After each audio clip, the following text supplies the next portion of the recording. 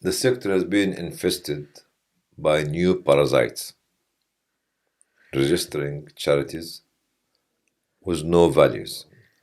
And I told him, if you don't say something good about us, I will ask Hosni Mubarak to stop the Nile flowing to Sudan. So that's why, from the very beginning, I did not ask as a doctor, I didn't ask myself to have the luxury or luxurious life. Very simple life. Because I was preparing myself one day to go back to Egypt. And if I live at this standard here in UK, then I go to Egypt to live in this standard, it will be a shock for me. That's why my first car, I bought it in the 90s, in the mid-90s. It was second-hand cars. I think I'm not sure if it's Datsun or something like this. I said firmly and clearly, there's nothing without admin cost. Nothing. Whoever tells you zero admin, he is a liar. Unless he or she declares where they get the admin cost from. Whether it's a donation should have been declared, whether it's gift aid should have been declared, whether actually it is waqf has to be declared. Nothing on earth called 0% admin cost. And this becomes like a trend nowadays. Lobby all the ambassadors. But the three Arabs, unfortunately, were not very hospitable at that time. What I'm saying in this fight of this 1 week, who produced everything that you can think about. You could have been like anybody else. Yeah. Why should you be like anybody else? Be like yourself. What makes It's, you it's laugh? a gift from Allah subhanahu wa ta'ala. I never been trained in a school to make jokes. Most of my jokes are silly ones. But sometimes I crack English jokes. People with English don't understand it.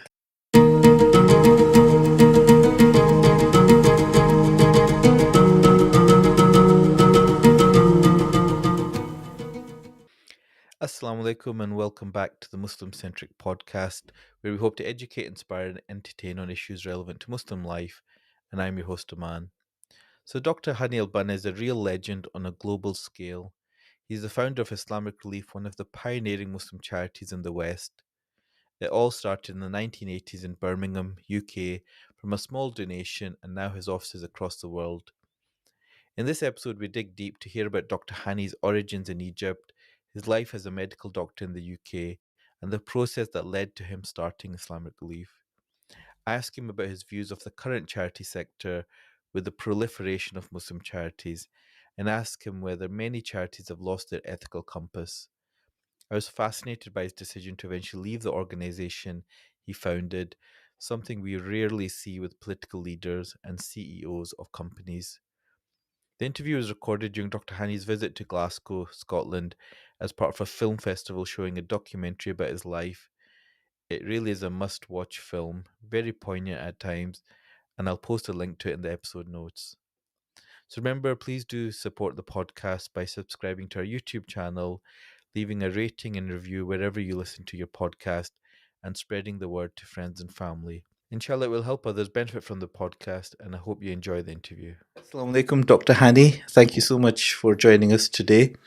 Now, you're in Glasgow because there was a film being shown last night about your life, a documentary, and I'll post the details of that film in the episode notes.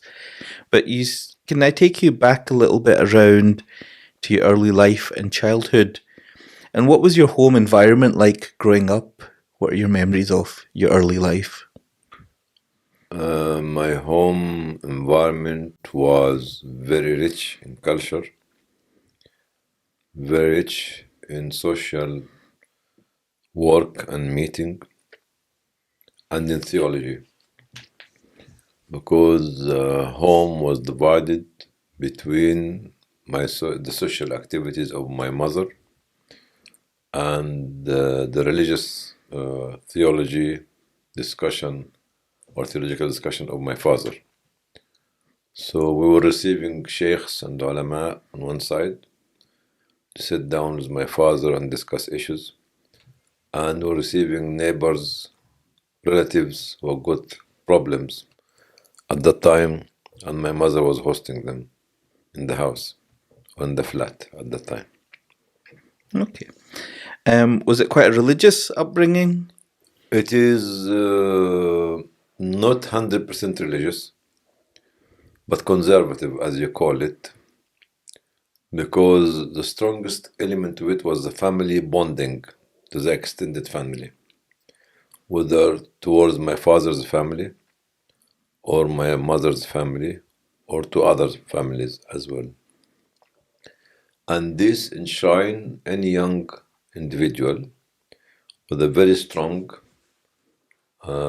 conducive culture to understand how he or she, as a young child, will be able to deal with this complex structure of visitors, of relatives, of friends coming to the house to take advice from either my father or from my mother. And do you think there were signs even back then of you having some sort of vision, some sort of activity, being that leader that you became later on in life? Let me to be very honest. I've not been born a genius individual, talented individual, or pioneering individual. I was like any other child, playing in the street with what do you call it, socks football, or Yep. we used to put the sponge in the socks and tie it and make the ball. I used to go to school to like anybody else, go to cinema, and travel with my family to Alexandria during summer. So normal life. I don't think it has something outstanding, which I say, wow. I don't have the wow in my childhood or even in my teen or even in my adulthood. Yeah. And how do you think your early experiences shaped you to become the person you became? It is a family culture. And you see, the climate inside the family allowed this tree, which is myself, to have deep roots to the values, to the moralities, to the social work, to the connection with neighbors, with relatives, and to understand the social life at its primitive stage. And from there, this will help you to develop it at a later stage. Like I remember seeing the first Hoja from Iran coming to our house in the 70s to ask my father about some religious opinion coming from Qum. That means that my father taught us two things. First, inclusivity. Second is bridging the gap between us as a family or us as a group or us as an organization and others. This is the first one. The second one, we had a Christian doctor married to an army officer who's Christian. My father used to visit them quite often and used to come back to visit us during Eid and Eid al-Adha and Eid al-Fitr. This kind of bridging the gap between our faith and people of other faith. It happened when I was young. So when you see something like this happening in your family, you see what your mother doing to the neighbors and to the family and relatives. You see your father bridging the gap with the Shia and with us with the Christian, and this gives you a dimension nowadays of what we are doing with Muslim Church Forum, the Humanitarian Forum, and even the neutrality I was talking to you about it, and the impartiality of the Muslim sector. So do you have happy memories of your childhood? Was it quite a stable upbringing? It's very stable and very happy. Yeah. I was the baby of the family. Once upon a time, I went to watch Mother India, the great movie called Mother India. I The advise you. Bollywood film This before Bollywood. before Bollywood. No, this was epic. Okay. This was in the 50s. I think at the time I was 8 or 9. And I have 2 pence to go to the third class in the cinema. And when you are there, you can keep watching the movie as much as you want. I slept at that time. It's a very famous story. And I wake up after midnight because the cleaner or the security want to kick me out. خلاص, finished. Movie is finished. I went out disoriented, middle of the night. There was no lights in the street at that time. I didn't know where to go. I was at loss. So I came out from the cinema nearly blind or blinded. I was bewildered. Luckily, when I was in this situation, somebody was passing by and looked at me and she said, "Oh my God, this child at 12 o'clock at night," which was very late in the 50s, to find somebody walking in the street 12 o'clock plus at night. Said, "Young boy, my child or my son, who are you?" I said, "I can't find my house." He said, "What's your name?" I said, "My name is Hani." He said, "What's your father's name?" He was one of the sheikhs. Said, "Abdul Jawad El-Banna." I said, "Yes, Sheikh Abdul Jawad. Come, I take you to the house." Allah sent him to be. Yeah. Because of the amal of my mother and my father. Otherwise, could be lost, picked up by groups. But here, actually, the whole family was on their feet because 12 o'clock at night during the 50s, it is incredible. I went to the house and the man brought me to the house and I found this full of relatives and friends. Everybody was going right, left, and center to find me out. And I was not beaten by my father or by my mother. I went to sleep. And when I was asked next day, I said, "I wanted to watch Mother India 2, 3 times. I paid 2 pence to keep watching it." 2 pence at Yeah. the time was like, the daily allowance Yes. could have been 1 pence a day. Was it for 2 days? So I can't afford just not to rewatch, watch again and again the Mother India. Like it's changed so much now, isn't it? Because everyone's so contactable on their phones, and you can WhatsApp, and you can give your location, and with your children. And in those days, there was no light in the if street. your child doesn't come home, then obviously parents will think the worst. But you must have been quite clever. I guess you ended up in medical school and trained as a doctor. So were you always quite bright? I wouldn't say about myself as a clever man or clever child. I was and I am an average who was hard worker. Okay. When you work hard, you compensate your lower level of intellectual capability. Because in the good old days, we used to study average, especially when I was in secondary school, sitting my A level, 15 hours a day. And you can rehearsing all the books, all the subjects. So this is not a sign of being clever, but a sign of being dedicated to understand and to achieve. I got good marks when I was in the primary school, which is nearly 90%. When I was in the preparatory school, I got about 65%. When I was in secondary school to go to the medical school, I got 70%. Because it was becoming more difficult. But the same style, work like a donkey. Okay. So from an early age, it was you were putting in a lot of that effort and that dedication. Because I guess some people are naturally don't need to spend much time and are very bright and get through it. I know people that have gone through medical school and they haven't need to put in much work and they just almost have a photographic memory. And I did not go to the top medical school in Egypt. Okay. I went to Al-Azhar, was 70%, because the top medical school in Egypt at that time used to take about 85 or 90%.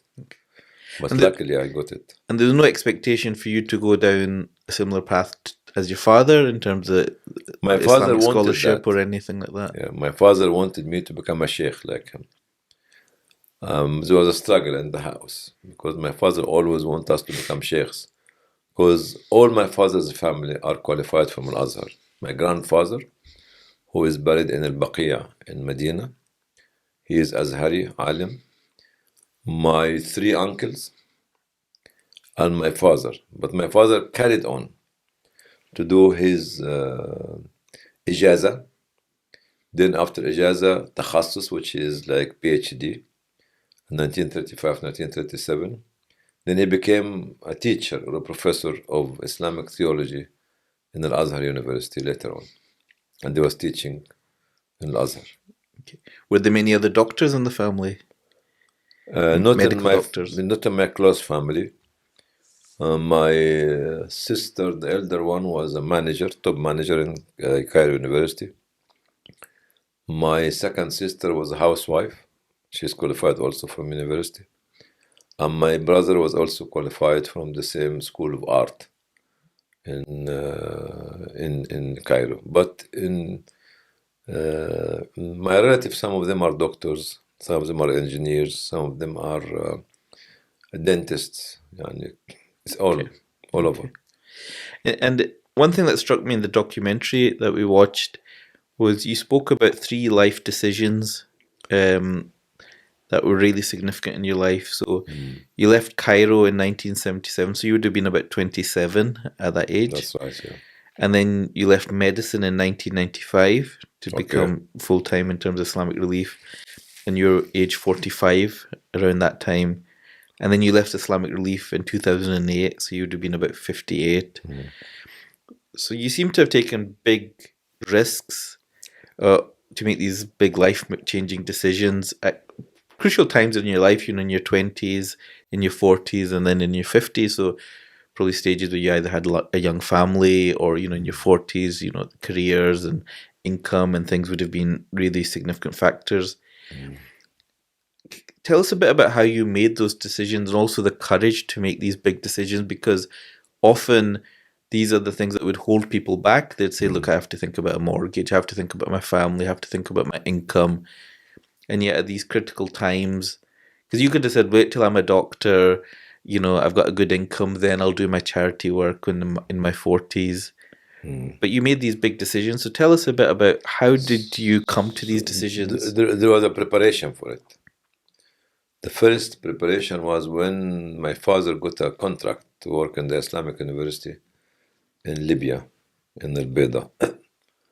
I was sent with him to start to taste the life of being in a foreign country. This was at the age of 16. So it was my father and myself only. My father, during this time, became sick. And he sat me down and told me, if I die, this is the money, go back, go to this sheikh, he will sort out your ticket to go back to Cairo and sort out selling the furniture, and you bury me here in Benghazi, Libya. This was the first responsibility given to me when I was 16. The second one, I was in a love story with one of my neighbors, and through love story, okay?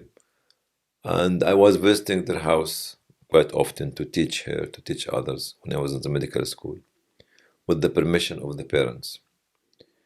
It came a time that the mother and the father of the girl told me to engage her because you are coming now, you have to have something legal.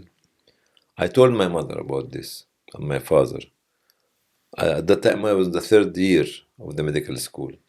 My mother told me, you are third years, how are you going to get engaged? I said, let us respond to the needs of the family because they are protecting the dignity of their daughter. And everybody in the street or in the area knows that we are in love. But when my mother went against her will, She was told by the mother of the other family, oh, he's still, let him come back after he finishes his degree. My mother came back extremely upset. And I was very upset because I can see her dignity was reduced to the ground. I took a decision which was very hard at the age of 22 of ending this relationship with one letter, send it to the young girl, which she has nothing to do with what happened. So the girl, she was very decent. Everything was good in her. So she should not have been punished this way. She didn't marry for about 4 years. And being young, middle class, attractive, and decent, many people came to her. She refused. Till one day somebody came and her mother told her, you have to marry, خلاص, finished. Forget about Hani. The mother came to my auntie. Tell her, my daughter is still waiting for your nephew. My auntie came and told me, Hani, the family loves you and. I said, no.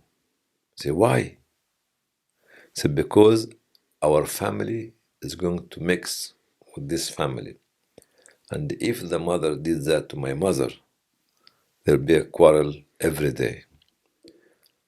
I wasn't still in love with the young girl, but I have to take this difficult decision because I knew that if I went behind my emotion, I will have a problem between the two mothers, different characters altogether.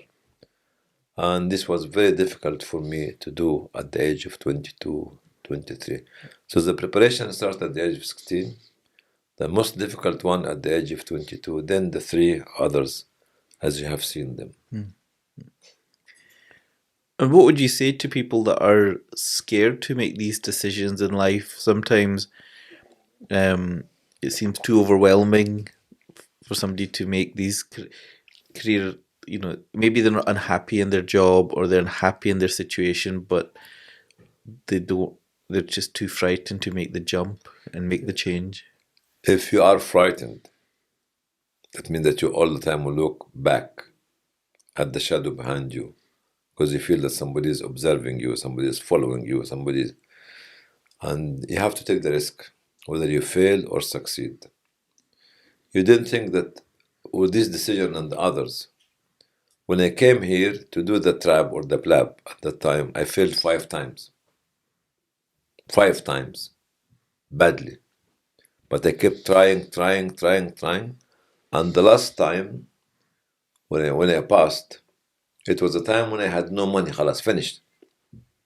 And when I went to see, I came here to Glasgow to make an interview with the head of the, in Belvedere Hospital, there was an institute of radiotherapy and medical oncology. And I traveled all the way, tried to find accommodation, tried to promote myself. And when I sat down with the man, he told me, Honey, because he liked my character, whether you fail or pass, please write to me. Because when he sat down, he found that all my failures did not stop me from trying.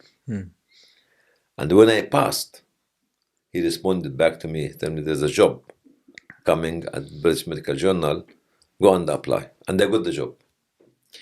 And people often talk about failures, and you yesterday, because there's a question and answer after the film as well, you said that you've had failures in your life. Many.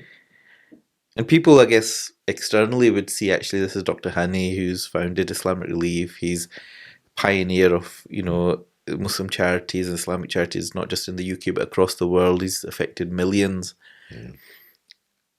So people would find it hard to think that you would describe yourself as having failures or... A practical failure. Okay. Happened. Very practical. I was a very strong character, strong head at that time, and scary. Yes is yes, and no is no. That's it. You like it or not. If you don't like it, get out. This was when I started Islamic Relief. That's why sometimes people were little bit scared of me. That was in the 80s. So you're talking about in That's your time in Islamic Relief? till the mid 90s, because in the 80s was no organization. Yeah. In the 90s there was structured organization and building and stuff. And we did not have a proper accounting department or finance department. We used to take 100,000 here, 50,000 here, without knowing that is this money is tagged to something else or not. One day that we wake up and we discover that we don't have enough cash because the money has been overspent actually differently. Who is responsible for this? It's me. The organization as a board of management sat down to try to sort out this problem.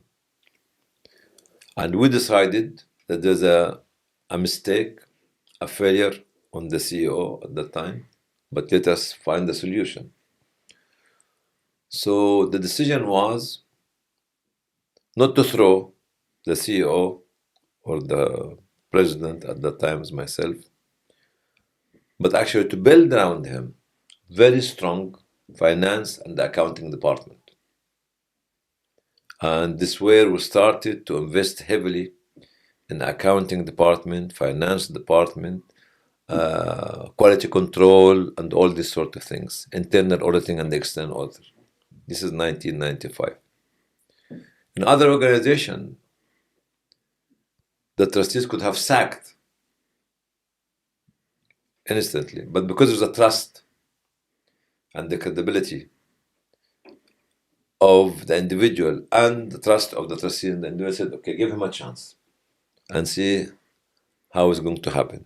I failed and I made it as a story in my talks.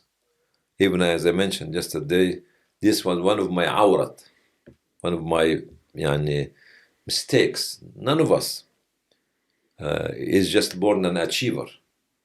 Even the Prophet ﷺ, without making any comparison, used to consult his companions, and his companion used to ask him, is this your decision, Prophet Muhammad ﷺ, or this is from Allah? If it's your decision, please, I've got different opinion. If it's from Allah, khalas, finished.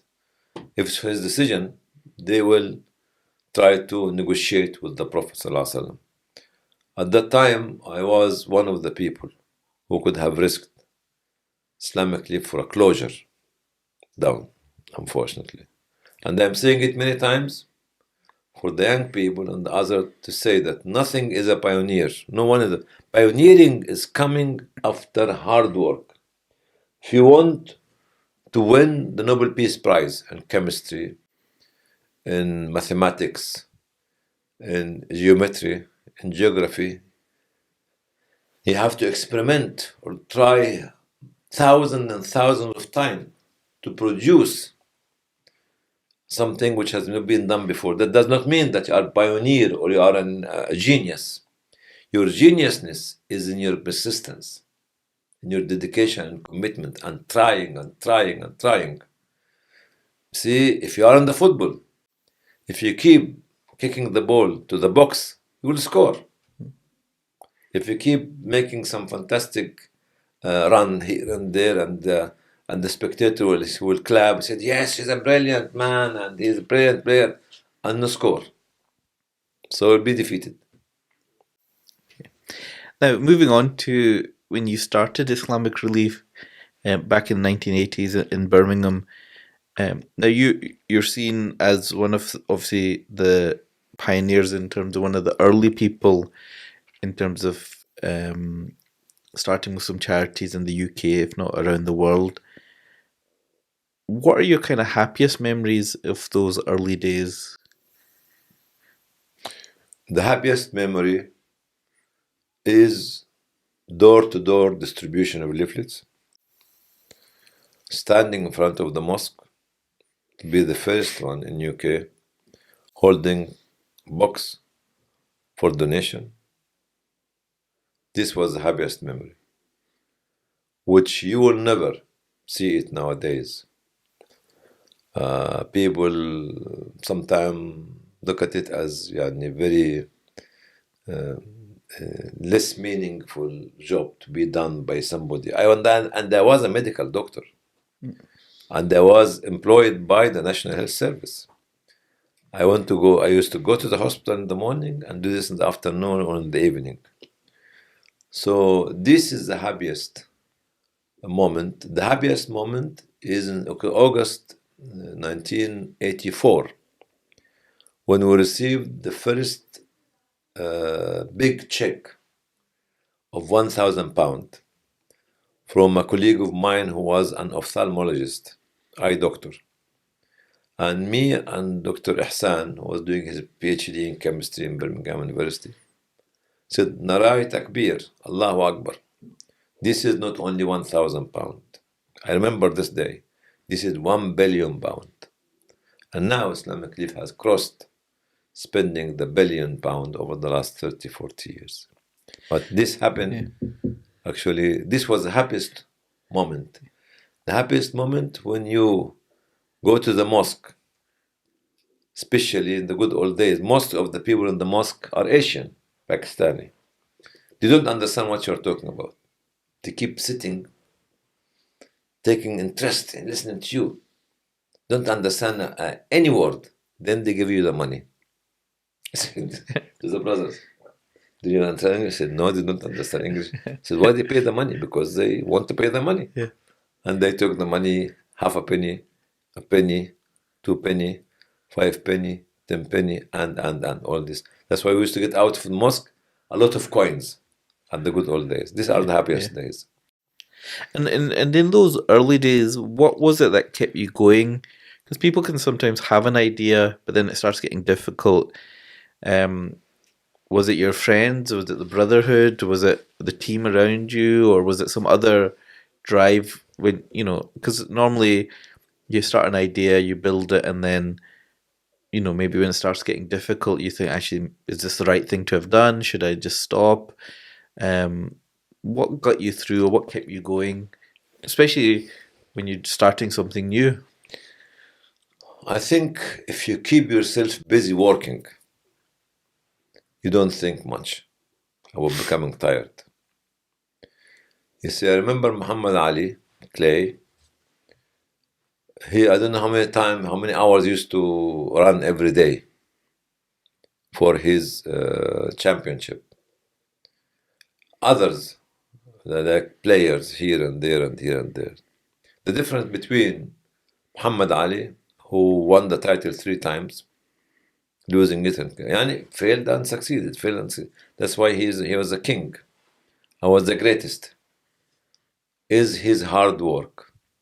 He was focusing on becoming the best or the greatest, and he became.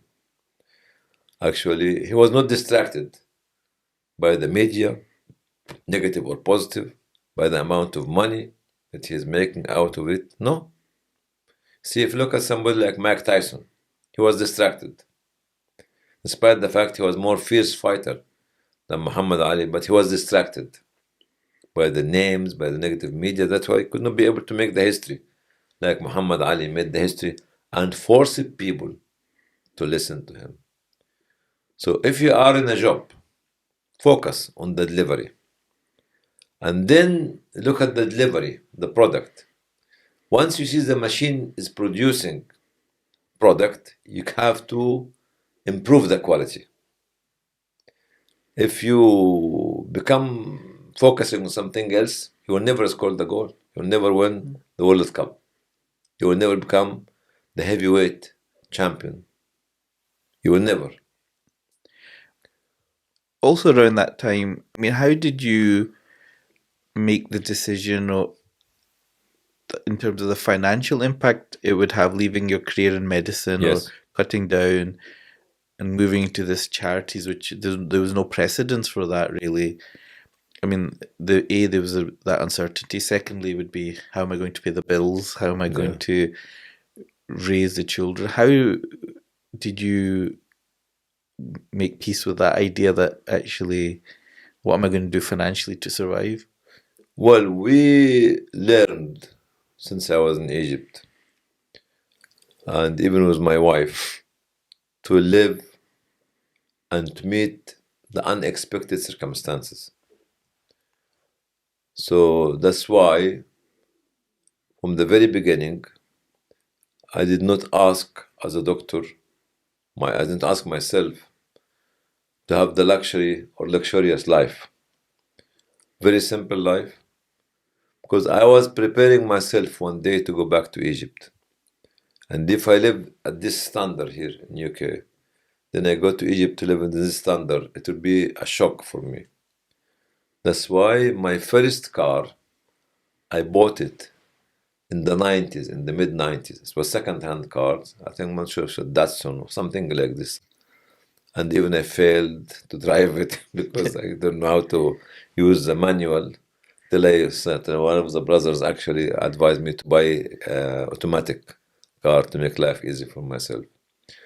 So from the very beginning, I was lowering the standard of life of my family.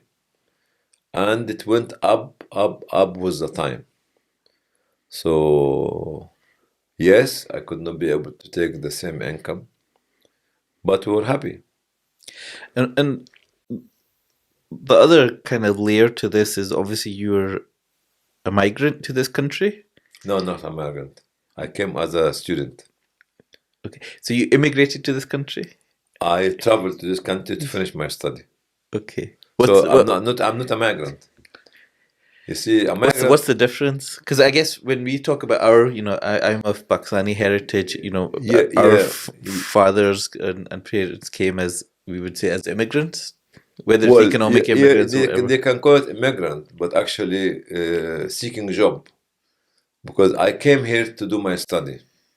I never thought that I'm going to stay for 45 years. So that's what I was going to ask you, is that how long were you planning to come for, and at what stage did you realize I'm not going back? I was planning to come here for maybe a few years, 3 to 5 years, to get my membership, then go back, because I have my own residence, I have got my own clinic, and I have got my own family, which I didn't need to work in UK. So why should I leave my family and my country and stay here? So I was not planning to live here. Even I was proposing a young Egyptian medical doctor.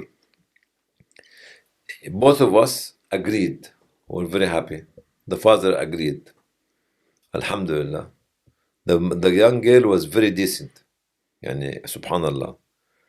But I did mention one thing which made her mother furious. I said, I'm going to leave in a few years' time. I'm not going to stay in this country. The mother blocked the marriage.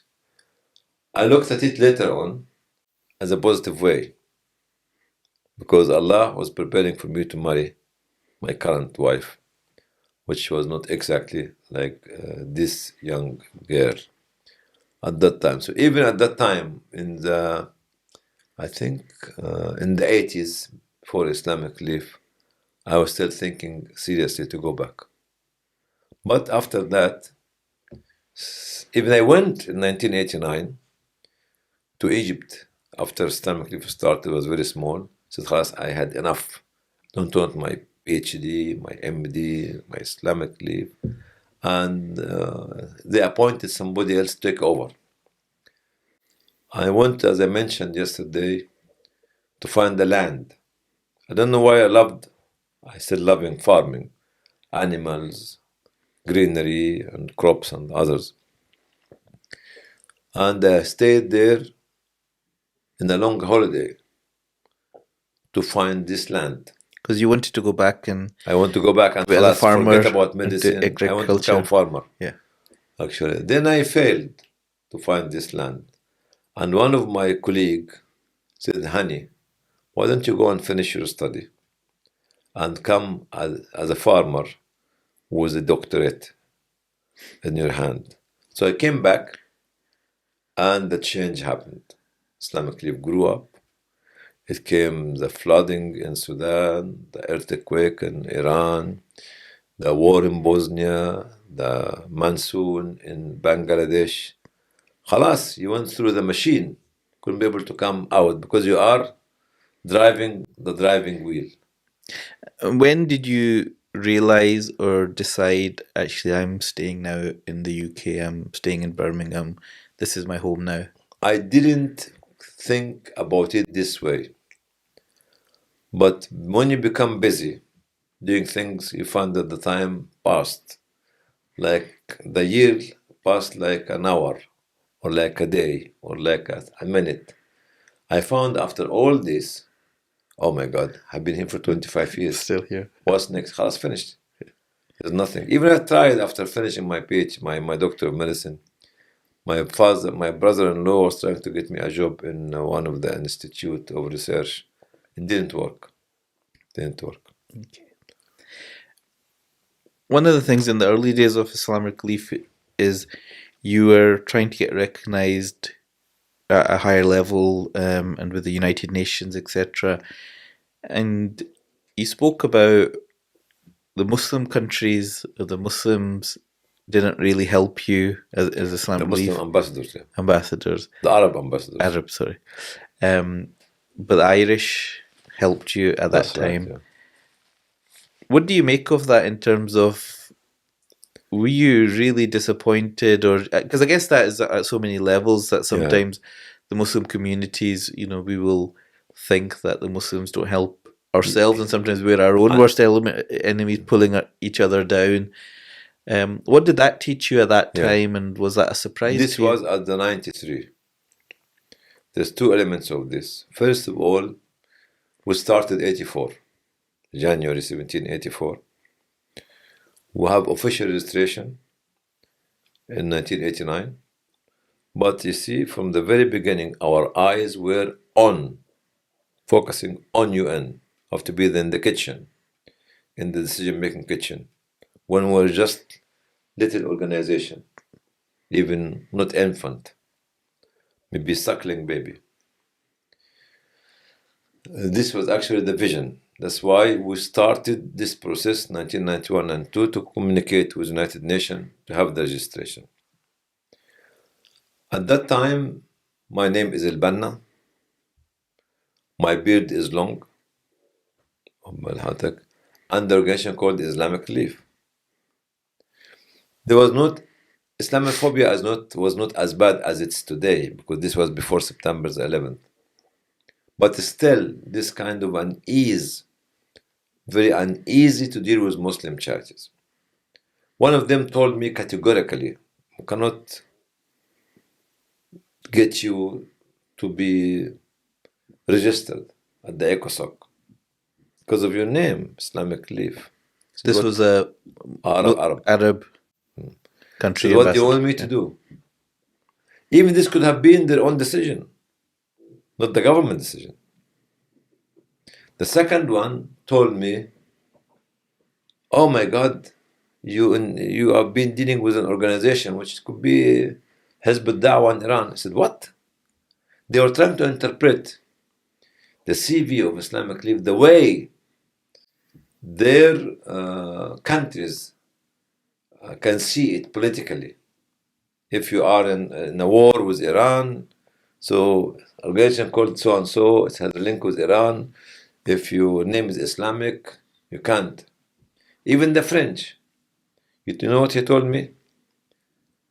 Go to Saudi Arabia. I said, no, I have nothing to do with Saudi Arabia. I said, what? Are you the Islamic Relief of Saudi Arabia? I said, no. I came here as Kaza. I went around to lobby all the ambassadors. But the three Arabs, unfortunately, were not very hospitable at that time. What I'm saying in this fight of this 1 week, we produced everything that you can think about. I was in New York and the office in Birmingham, 5-hour time difference. All the reports come to me 5 hours before the meeting. Okay? On the table. So during that time, it was the last 2 days of Eid. Okay, or 3 days of Eid. of Ramadan, sorry. And at that time, all the information coming to me, copy it, photocopy it, put it on the table of every ambassador. So I shut them up. That's why the Irish ambassador, he has facts in his hand. That's why he stood up strongly, saying, no, those people produced A, B, C. Even after that, the Sudanese ambassador came and he became friendly with me. And he was, bismillah, mashallah, 2-3 meters high. You see, tall, not high, sorry, tall. And I told him, if you don't say something good about us, I will ask Hosni Mubarak to stop the Nile flowing to Sudan. And he was laughing. On that day, which is a Good Friday for me, I went up to the stage without any permission. You can imagine, you are in this big hall with maybe 20, 30, 40 ambassadors, and these individuals, myself, arguing with the chairwoman. I'm not going to sit down. I've been here. What are you doing? Why you are not making a decision? Who are you? Who are you? Because the Sudanese as well told me they got to put Islamic Relief on a roster status for 2 years. When he told me this on Friday, I said, what? Then I went straight to the stage and took the microphone. I said, I'm not going to come down. You make a decision. Don't play with me. That's why where the Irish came, and it was this was Friday, and the Irish said, okay, we'll give, because there was one of the ambassadors who was blocking the registration, and in this committee, you have to have a consensus of everybody. Said, okay, we'll let our friend, our colleague, to read the documents of Islamic Relief. On Monday, Islamic Relief should be the first to be discussed to save the money of the charity, because this man has been here with his colleague for a week. At that time, you know how much was the room? $70 a day. A room which is half of this room. And you go to your bed as a single bed, sideways. And $70 was too much for us. And the man said that, and on Monday morning, the chairperson of the meeting announced our name 3 times and accepted the registration. But it was a fight. After putting all the documentation and the facts and the figures on the table, after answering all the questions. So what else you want? And do you think you've always had that skill of knowing when to fight or when to back off? Because people might have said, don't get confrontational, come back later next year or come back and, but you thought, you took the mic, you said, Yes. you're angry. So that's a skill, I think, because sometimes it could have backfired on you. It depends. It will never backfire at you if you've done your homework first. I think I was so confident at that time of being advised by one of our colleagues in the meeting, saying, go and make lobbying, go and talk to all the ambassadors, introduce Islamic Relief to everybody. So my few days, I talked to about 10, 15 ambassadors, at least, putting the figures and the facts on the table. This convinces some of them, but none of them want to take the shot. The one who took the shot was the Irish, because his background is different. Then the Sudanese, on Monday, after the Irish make the first shot on Friday afternoon.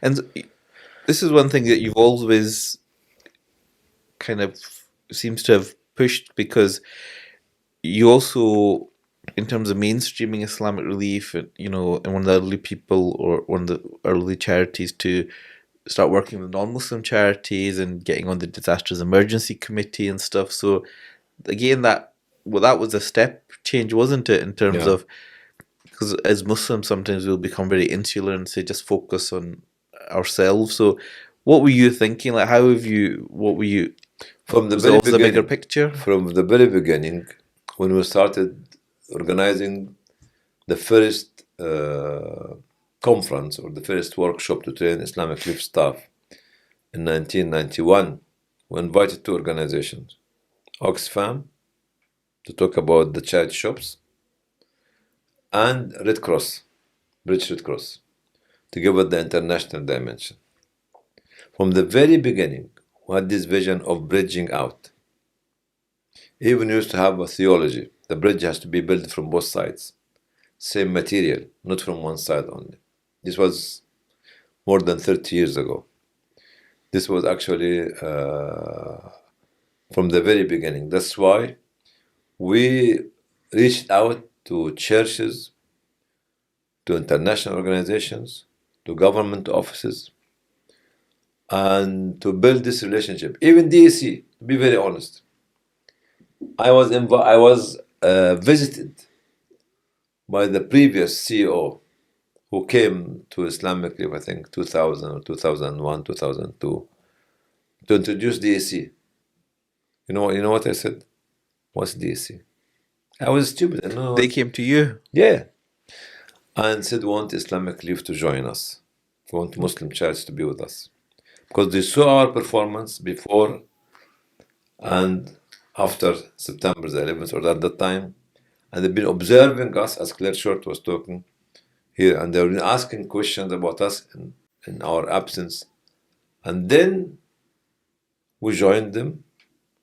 Then CAFOD took our share and give it to us because we're not registered officially yet. But they came to us. They came to us because we became, during September 11th, take it or leave it.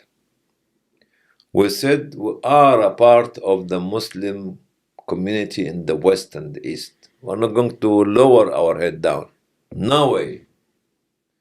That's why we're saved.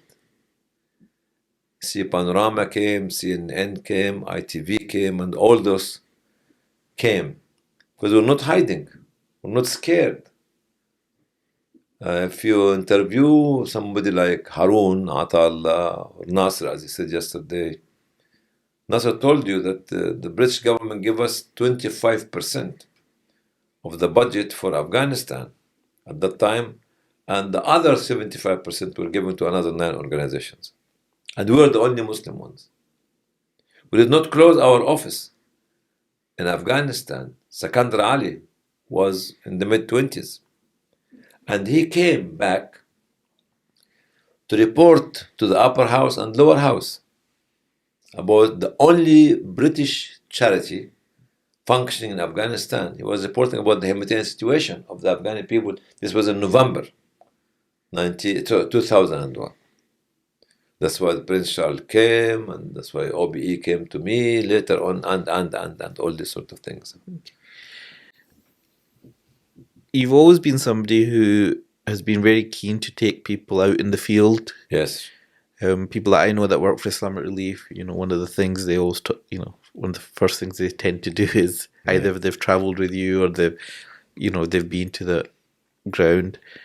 Now, we know that journalists and doctors who work in war zones or conflict zones, they can experience trauma and features of things like post-traumatic stress, and you can see a lot of things that are very harrowing and very difficult.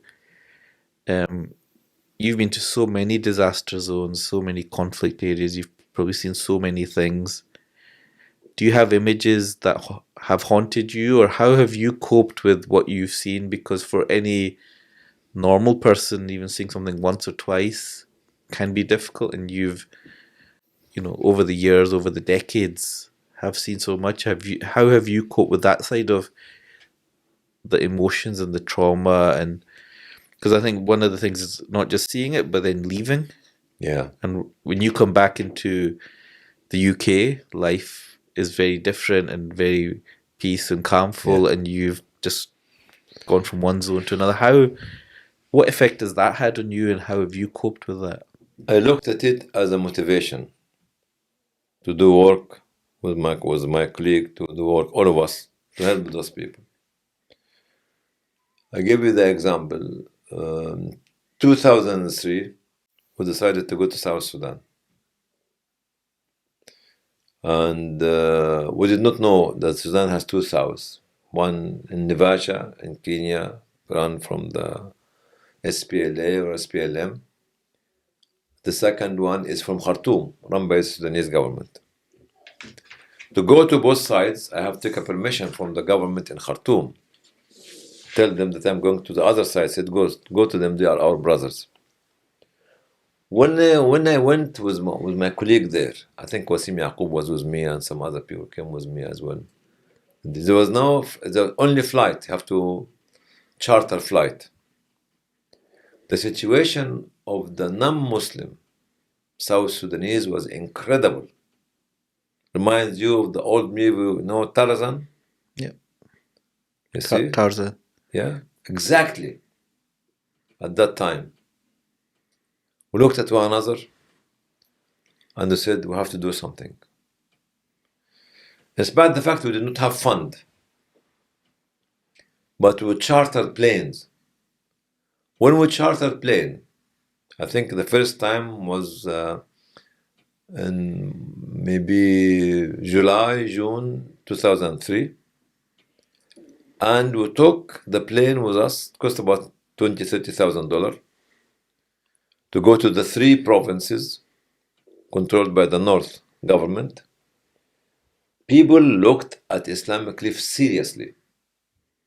The president with delegation are coming. That means that those people are trying to do something serious. $30,000 investment brought $1 million. Because when we went to these areas, Juba, Wow, and Malakal, okay, UN said, okay, fine, we will work with Islamic Relief because we know them, and they are part of the ECOSOC. And the in-kind donation came later on, more than $1 million. When I came back from the first journey to the office, and we were sitting in the room to create a budget before knowing the $1 million in-kind donation, I said, how much you want, Brother Salah? 100,000. You know what I told them? What? Ask for 300,000. Not 100,000. Because Salah did not see the South Sudan. Then the second trip was to the South Sudan controlled by the rebels, Sudanese People Liberation Army. They welcomed us, said that you came late, but most welcome. We have to charter a plane. Everything, in and out. You can't just stay there. And we visit the other side of the coin. And this created a lot of big image of Islamic Relief. Here, when you are putting yourself inside this machine, focusing on the deliverable and seeing the suffering as a motivating tool to enable you to empower the people, you will never be psychologically upset. But even as a human, seeing things, even when you close your eyes at night, You think about you must replay what you've seen. Yeah, I think the faces, the only problem or the only disaster which affected me very much, make me very angry, is Bosnia, because of the organized government, the organized systematic government rape to young girls. Yeah. This was, but actually, I was not broken. We were not broken. We have to focus on saving the lives of those people with little resources, and the resources came afterwards. Have you seen people that you worked with struggle with what they've seen? Yes. And what do you say to them, or how do you help them? Don't keep promising anyone. Never promise anybody. Because sometimes young people, as volunteers or coming to the getting excited, yes, we're going to give you a plane here and there. Never promise anybody. Never give any promises. Said we'll do our best to be with you. Okay. Are you an emotional person? Yes. In what way? Sometimes you feel differently. Okay? when you look at something which you see it from an angle which affects your emotion. You might see the same thing, but might not affect you. And yes, I am, alhamdulillah. And but you have to control your emotion, and you have to be bold, sticky, blunt, and patient. Because if you become emotional all the time, you will destroy everybody around you. And do you think you were born this way, or you've learned these things? I learned. You've learned these things. Okay. So anybody could learn these things. Of course, yes. Yeah. Now, one of the most significant parts of your life was leaving Islamic Relief in 2008. That must have been an incredibly difficult decision. Yes. And often we hear, even in companies, people that are the founders, they either stay or, it's very different. Or I guess in organizations, sometimes you see people that stay too long, and committees and mosques that are there for generations. But, why did you decide to leave, and how difficult a decision was it? I made the decision to leave because from 2004, we're starting to think something differently. Not the programmatic, not the fundraising, not the traditional. Which we started with the idea of building future generation, future leadership. The idea of connecting Muslim churches together, which became Muslim Church Forum later on. The idea is of bridging the gap between Muslim and non-Muslim after September the 11th. I found at that time that Islamic Relief cannot do all this, because Islamic Relief is an operational organization. An operational organization cannot claim that it can bring people together and lead, because everybody will look at you. Yeah, you are benefiting. You are like us. That's why. Plus,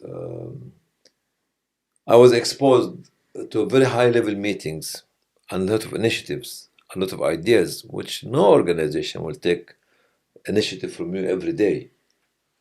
Even if you're a prophet, they will just run away from you. Okay, because they have to understand the quality of the people and the speed of the response at that time. So what do you mean by that point? I mean that actually not because you are, as a leader, visionary, with these great ideas, that every day you bring a new idea to the table, to the machine. The machine has a capacity. But did you know that it had a capacity? I know, but did not. You want, because you think about it from your own speed as an individual. But the organization has to think about it from its own speed as organization. And the organization's speed was slower than your Of course. speed. This is not about myself. It's generally speaking. Yeah. If you want to run away by yourself, you can ride 200 miles an hour, but you run away, run alone. If you want to run with the organization, you have to reduce it. You have the impact 50 miles or 60 miles an hour. And this is where I found that at that time, Islamic Relief become a very heavy machine, and this is different initiative, so I have to take the risk. The risk here is another risk from the income. I have to find somebody to sponsor my salary, because at the age of 58, nobody will employ you, isn't it? But you could have been there for life, couldn't you? I didn't want to do that. Because nobody would have. Yeah, you could have been like anybody else. Yeah. Why should you be like anybody else? Be like yourself. Because if you have learned this 20 and during these 25 years, the way, if you knew the vision, you have a vision, if you know what you want to do, you have to risk your income again at nearly the age of 58 or 59. And so, Islamic Relief or other organization, because of its growth, it did become a machine. It is. Like any organization that becomes big. And I guess one of the criticisms, even if you think of a small shop that becomes big chains, or that's right. Maybe it loses its early kind of character or kind of feel about it. Do you think that's just an innate part of becoming an organization that just becomes big, Um,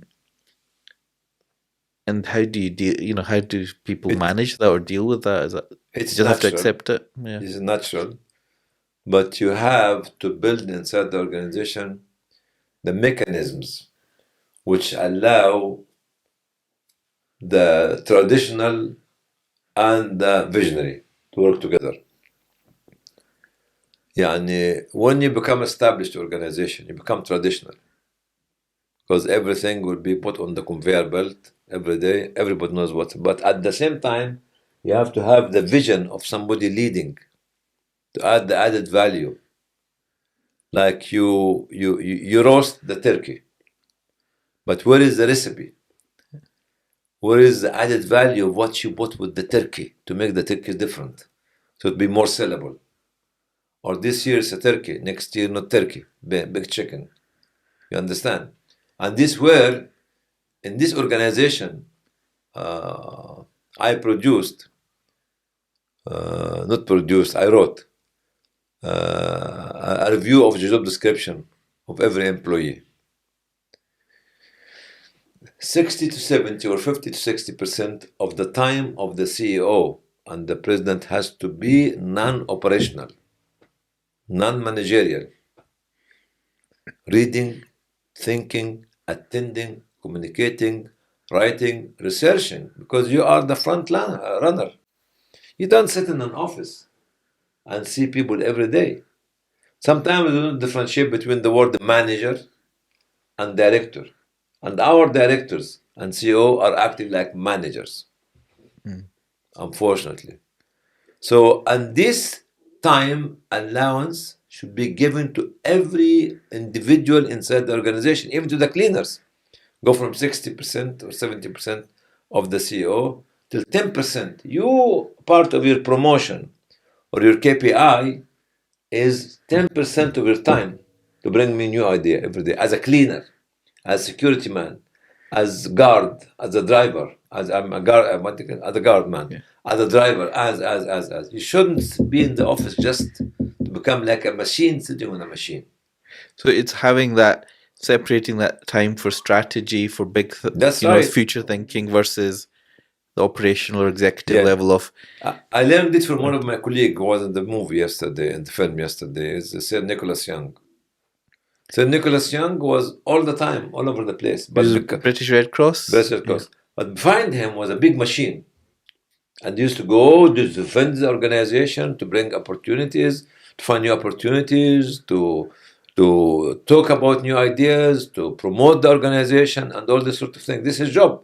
That's why at that time, in the beginning of the 2000, his salary was £200,000, and everybody was criticizing them because he is 24/7 outside the office. Was leaving his family behind. Yeah. One of the most poignant parts of the film that I found was the part with the map. Yes. Can you tell the listeners about this map? Because maps became very important for you throughout, different aspects. When people were describing you, they spoke about this map, and then there was a scene in the film where you went into the office of Islamic Relief, and the map was covered. So just tell us about the map. Yeah, by the way, they removed everything now. They sent me a new Oh, photograph. the map is back. The map is back. So to explain, people that haven't seen the documentary, what was the significance about maps, Significance about map. and what happened in the documentary that upset Map you? is showing you the whole world from a spot, from a microscope. So I remember a discussion or an interview between Charles de Gaulle, the late president of France after the Second World War, and some of the news reporters said, talk about a problem, show me the map. Who are the neighbors? Who are the regional power? To make a decision. You can't just make a decision by sitting down and say, oh my, yes, oh yes. No, you have to have Afghanistan on the table, then a map of Afghanistan, then a map of the countries surrounding Afghanistan. Because you would draw circles and say, That's right. I want an office there, I want a That's project right. there. That's and then, right. okay. That's why without a map, to be very honest, you get nowhere. No way. And so part of that is when you were in Islamic Relief, you had this big map on your office behind you. That's right. And then you went to visit the office in the documentary. Yes. And where was the map? I was very upset because I found that the young people sitting in the room. Your old office. It was my old. This was half of my old office. Half of your old. My upset was on two levels. First of all, it was a big office with solid furniture. They should have left it not with the name of Hany El-Banna, a meeting room. A meeting room to use it, actually, or to be the CEO room, actually, not to be just very humble. Oh no, I want a small desk. No, a CEO has to have a desk and table, meeting table, because they have private meetings and a lot of files. So they divided the room into two halves, which made me not happy. The furniture that we bought was the furniture of the CEO of Shell company. Shell company. We bought it for £3,000 because it was all oak, very heavy. Okay. It could have stayed for 100 years. Value for money. And we bought it for about £3,000 at that time. So I was a little bit upset that not knowing the value of the furniture, not knowing the value of this meeting room, because major decision had been created. So the history and the heritage In this and one, what had happened. forget in about the the room. individual. Yeah. Forget about it. And the last and not least, the map. Because those people, if they come to the room, they see the map. But the boss is putting the map behind him. That means that, actually, fine, we're finished. You want to look at the map? Go look at the map to see where are we. But knowing that this world is a part of a greater universe that we need to discover later on. And in the documentary, they had put folders, Yeah. a bookcase of folders covering the map. Yeah, And you became very upset. that's right. It came naturally. Yeah. Okay. Thinking a little bit around the wider Muslim charity sector beyond Islamic Relief, obviously a lot of charities grew up from that. Now, the charities, Muslim charities, particularly in the UK and maybe around the world, they do a lot of positive work, but they've faced a lot of criticism over the last few years, particularly. And people feel maybe they're, whether it's fair or unfair, but there's a perception that maybe they're a big marketing machine and that the money that people give doesn't get to the recipient and have lost the kind of core ethics and values of what a charity should be. And then I've seen what happens as a result of that is people set up their own little initiatives, say, okay, I'll take money from friends, I'll go to Africa and I'll distribute it. And then they create their own little charities as a result. In Ramadan, it's just back-to-back charity fundraisers on all these Islamic channels, etc. How do you feel about where the sector has gone? Do you think it is a problem, or what can be done to address it? Do you think this is okay, or do you think this is an issue and the charities need to make changes? First of all, the sector has been infested by new parasites, registering charities with no values. So that's quite strong wording. It's very strong. So can you explain what you mean by that? Okay. In the good old days, it was a handful or a dozen of organizations having this high level of commitment of incredible, dignified, value-based people, okay, from the organization. Because it was difficult to raise fund. Very difficult to raise fund. It was difficult to reach people. It was difficult even to travel. So those people who started the movement in UK or in the West from the 80s, and I can claim that UK is the leader, okay, of Muslim charity sector globally. Okay. So nowadays, some of those parasites trying to poison the atmosphere for the sake of raising fund and trying to, what do you call it, tarnish or blackmail organizations. I was in this process of blackmailing since I was in the 90s or the beginning of the 2000s. Oh, Islamic Relief spending money here and there. All right, I said firmly and clearly, there's nothing without admin cost. Nothing. Whoever tells you zero admin, he is a liar. Unless he or she declares where they get the admin cost from. Whether it's a donation should have been declared, whether it's gift aid should have been declared, whether actually it is waqf has to be declared. Nothing on earth called 0% admin cost. And this becomes like a trend nowadays. They moved from this level to the level of zakat is zero admin. Allah said, Al-Amrin alayha. Who are you? Because we have a different theology. Fine. Don't narrow what Allah said. You say that, okay, only the Khalifa will have the power to collect zakat. There's no Khalifa. What do you want me to do? Nowadays, as I speak to you, there was a recommendation from World Humanitarian Summit 2016 that UN raises the zakat fund from the Muslims and sadaqah from the Muslims. And they are raising hundreds of millions of dollars every year.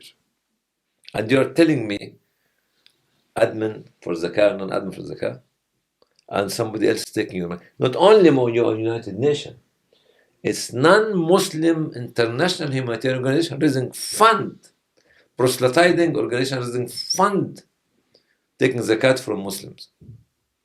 Because Muslims cannot transfer the money. Instead of sorting out your problem, becoming united, tell them enough is enough to the banks, enough is enough to the UN. You tell me, I am zero admin for zakah, I am zero admin for, what is this? Those kind of individuals, the least that we call them that they are ignorant, to be very nice to them. Okay?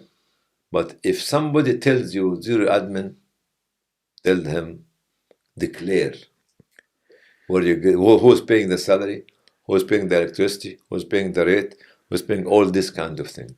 So is the most important thing transparency, that people can say, this is how much we'll get to your door, and this is where it's going. And then you make the decision whether you are comfortable with that or not. Let me make another statement. On the national level,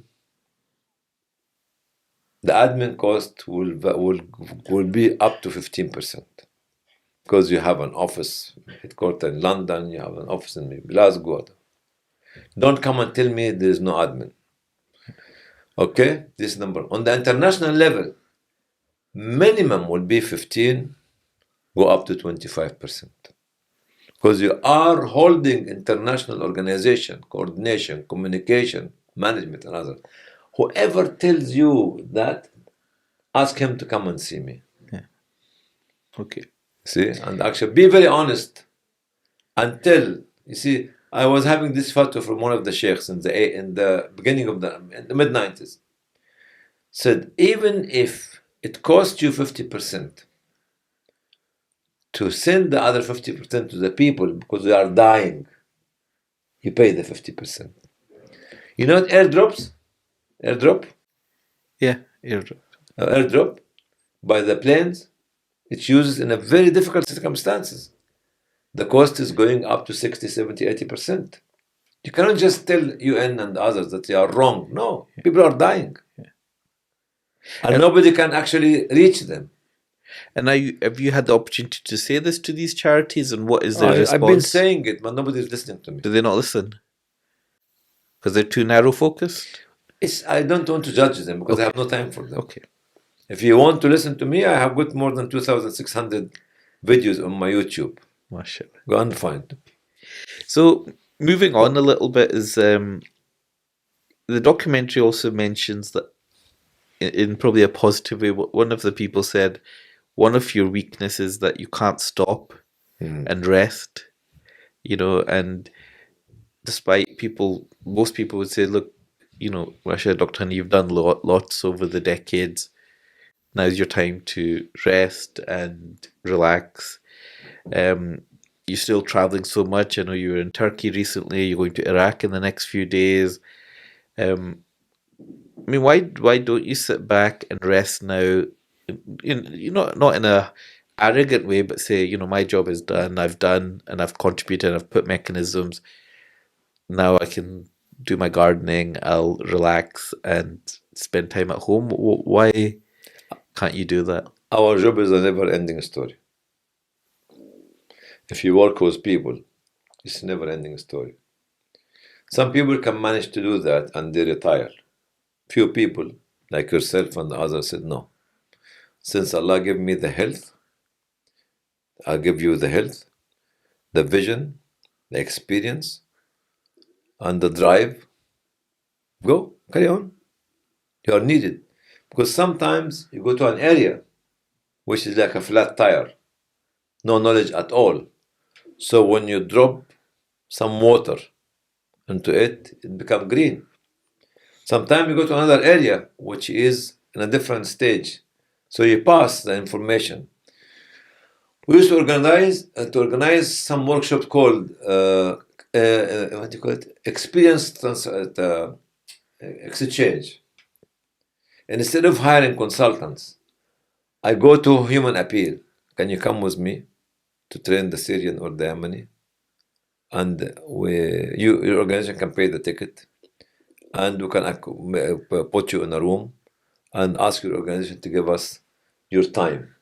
So he will come to talk about management from practical experience. When you get a consultant to do this, he will give you what's written in the textbook, measured by distances. But when somebody like you, who have been in this sector for 25, 30 years, you give them the flavor of the technicality, technology, experience, mission, vision, and values. This was actually, we did it for about 5-6 years with the Syrian and the Yemeni and the Somali. Called it actually experience exchange.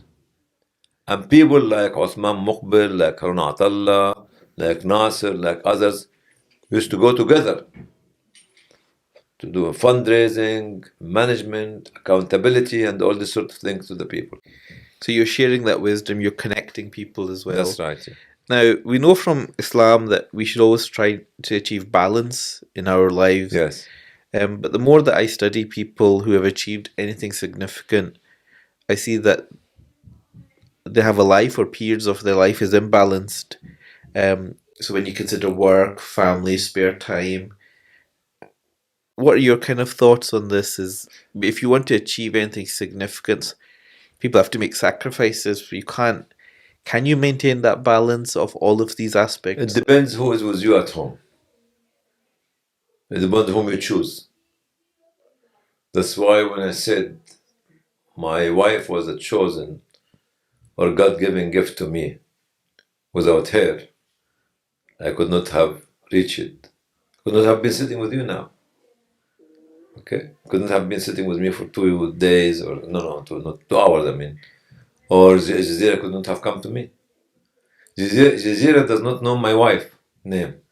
But my wife is the unsung hero.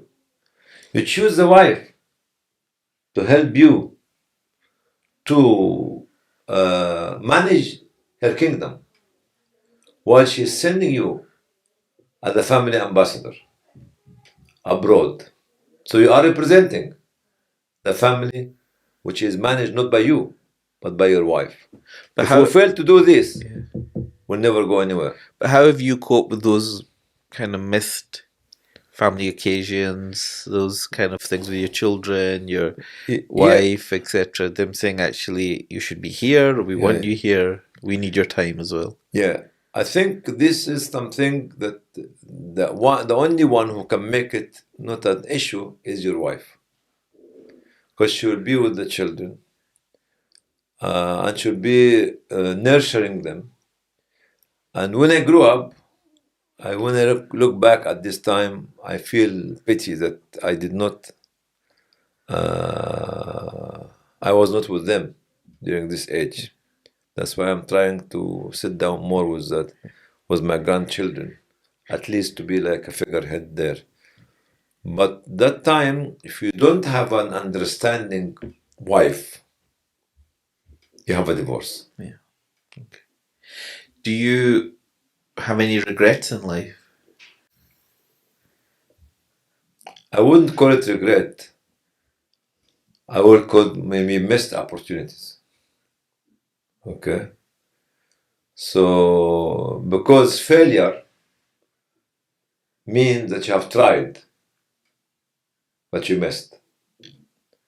If you say that, oh, I'm regretting I failed, no, because if you kept bring this feeling of being regretting all the time, you will go to the dark tunnel. Okay. And since you are a psychiatrist, when I was put in jail in Canada in 2007 for less than 24 hours, I was advised to take the Canadian to court because there was no ground for this.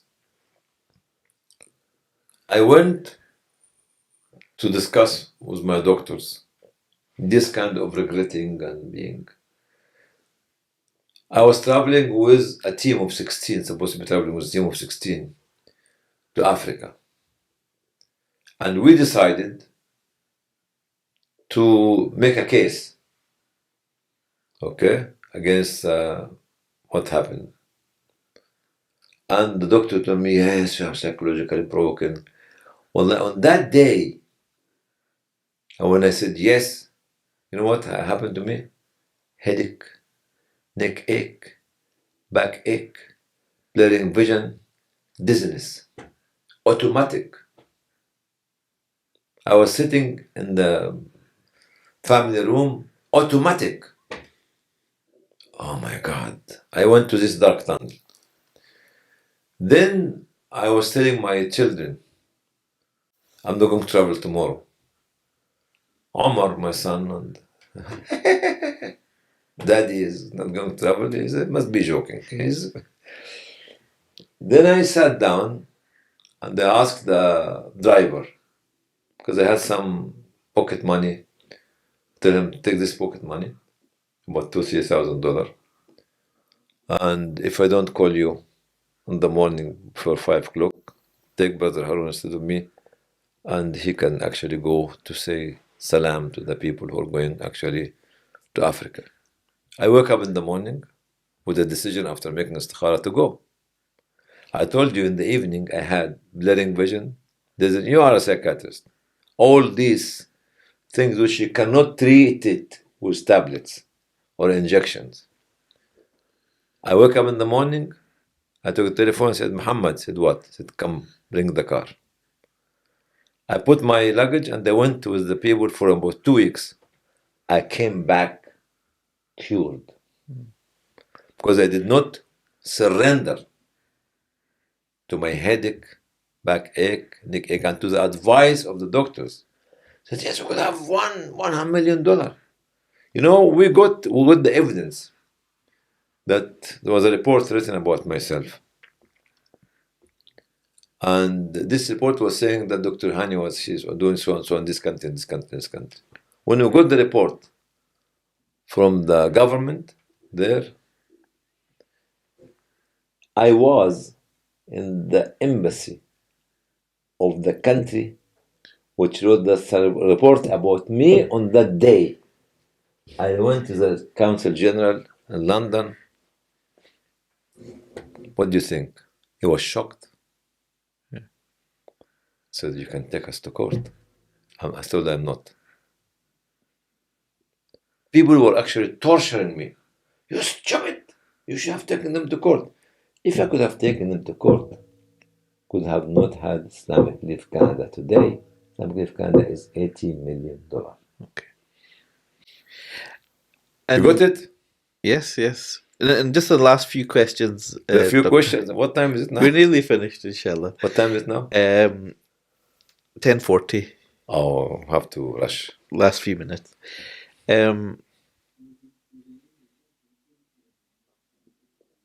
do you have any routines or habits that have kept you close to Allah subhanahu wa ta'ala and kept you humbled and sincere in your intention? Because it can become very easy, I guess, to drift away. Is any kind of regular things or daily things or routines that have kept you connected with Allah subhanahu wa ta'ala? Recently, I have tried to maintain my daily Quran reading, trying to listen to sheikhs, scholars about their opinions, trying to listen to Qari, actually, and try to write, and trying to respond to people that even I don't know them. Somebody was writing to me, sending me a message. He's not on my list on the telephone, about Muslim Ummah, what to do, civil society, from a different school of thought. I know definitely. I wrote him 15 points. Okay? And this keeps me going because you empty what's in there on the table. Yeah. And this keeps you going. When people start to ask you things, like I received a message this morning from a woman. I was in Bradford and she was from there. She said, I was there. I'm from this country. You remember me? I said, call me anytime. This her just message to me. That means she did the effort. She made the effort to take my number from someone, to write to me, to remind me of herself. That is something. Let you to feel that you are having a value. So when you become easily approachable, isn't it? This keep building your morality and your strength. And so, how do you relax? I mean, what's your This makes me relax. district? And what makes you laugh? Because you're a very funny person, and people love your talk because you're humorous and you're approachable. What makes you It's laugh? a gift from Allah subhanahu wa ta'ala. I never been trained in a school to make jokes. Most of my jokes are silly ones. But sometimes I crack English jokes. People the English don't understand it. But they laugh at the end of the day. And my two final questions, Dr. Hany, is one is, how would you like to be remembered?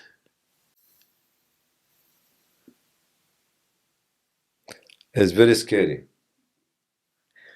It's very scary because the time you leave, the time you will be exposed. And this is very scary, that will Allah cover up my mistake or open it up for the public? Because none of us live without sins, as Jesus said, alayhi salam. Okay. So this is very, very scary. That's why I ask Allah, if I die, to make satr of what I've been doing in the dark room, and nobody's seen me apart from you and the angels. The angels cannot reveal my mistakes. The only one who can reveal my mistakes publicly when I die, or publicly when I stand up before Him on the day of judgment. This is the problem. And my final question: if you were to meet the younger Dr. Hany in his late teens, early 20s, or maybe just in the early 80s, where he just started Islamic Relief, what would you say to him? I will tell him do the same, but use the technology. Don't ever ignore the technology, but don't be used by the technology. Because I remember when Dr. Ahmad, while he was in Glasgow, came to Birmingham, I believed in computer, but I'm very bad in using computer. I don't have any clue about the basic computer program. But I believe in computer. I believe in technology. I believe in what you call digital transformation. If you want me to invest, I believe in media. I believe in drama. I believe in research. But I cannot do it. You don't have to do everything yourself, but push towards it. Because they are tools of change-making process. If I go back, Now, if I'm 25 years now or 35 years now, starting, I will do the same, but using, not being used by technology. And if people want to hear more from you, or where can they hear about you? Where can they get your content? Are you in terms of on your online or YouTube? Where's the best place They can to go to keep up to date YouTube. with? I have in the YouTube more than 2,600 videos and lectures and workshops in Arabic and English. Some of them is 5 minutes, 10 minutes. Some of them is 3 hours. If you want really, good. I'm trying to keep it as a library. I have a Facebook, but people who are actually doing, if they want to really have a substance, they can go to the YouTube. YouTube. Okay. Dr. Hany, it's been a real privilege and honor to spend a bit of time with you, and thank you for your honesty. And I've learned a lot, and inshallah, may this be an inspiration. It certainly is for me and for other people. And please keep us all in your du'as, and may Allah continue to give you strength, keep you straight on the straight path, and also the vigor and the energy to continue to benefit Inshallah. the ummah, inshallah. All of us, inshallah. Assalamu alaikum. Thank you for asking me to be with you. Thank you for the high class snack. It's not a snack breakfast. It's a proper breakfast, but top elite breakfast. I don't used to have this. Alhamdulillah. I'll thank my wife for that. Inshallah. Thank you very much. Assalamu alaikum. Alaikum assalam.